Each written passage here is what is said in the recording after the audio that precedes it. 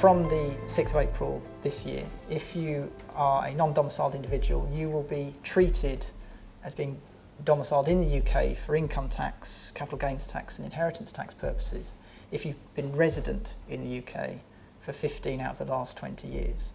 This is a major change. There's also a technical change for individuals who were born in the UK and had a domicile of origin in the UK, but who have acquired a domicile in another country. As soon as they become, if they become UK resident, again for income tax purposes, they will instantly be deemed to be domiciled in the UK for inheritance tax purposes.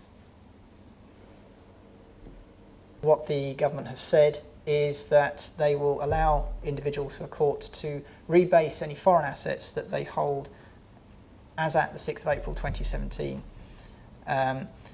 if they've ever actually paid the remittance basis charge and if they're domiciled from, deemed domiciled from the 6th of April. This can be done on an asset-by-asset basis, so it's quite a generous relief in that it allows to potentially wash out any historic gains for UK purposes moving forward.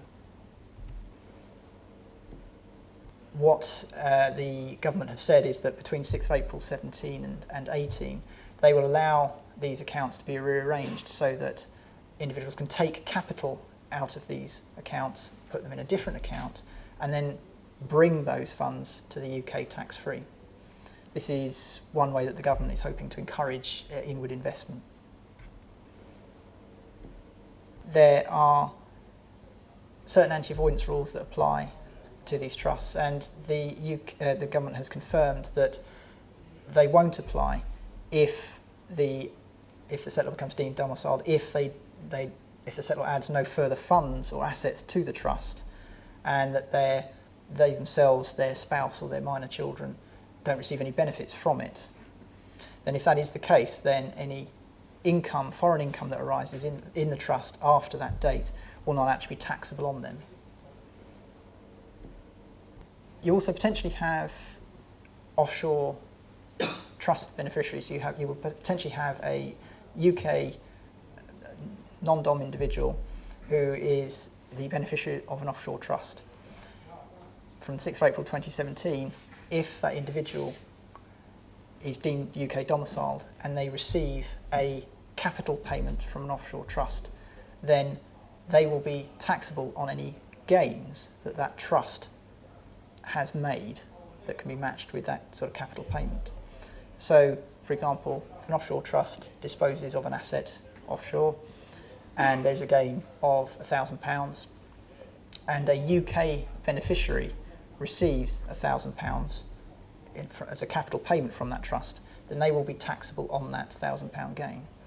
It doesn't matter if there are any other, let's say, offshore beneficiaries in other jurisdictions that have received payments.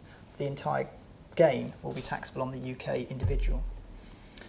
In short, with these types of arrangements, you're going to have to carefully consider the tax treatments if there are any payments to be made. Non-domiciled individuals used to be able to set these trusts up before they arrived and became domiciled in the UK, and then any assets, any foreign assets that were within them would remain outside the scope of inheritance tax. The HMRC and the government have confirmed that that status can actually continue as long as when the settlor becomes deemed domiciled, they don't add to the trust assets after that point. Finally, we have UK residential property. Again, a common technique for non-domiciled individuals was to hold UK residential property in offshore structures. What the government have now put in place is basically a look-through.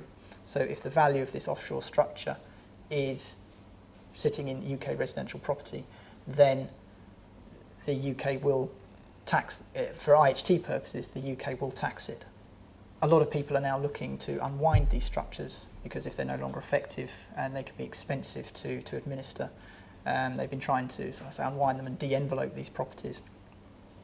The issues that you have is that there are a lot of tax charges that can arise, UK tax charges, that can arise on this de-enveloping process. So it does actually need very careful thought.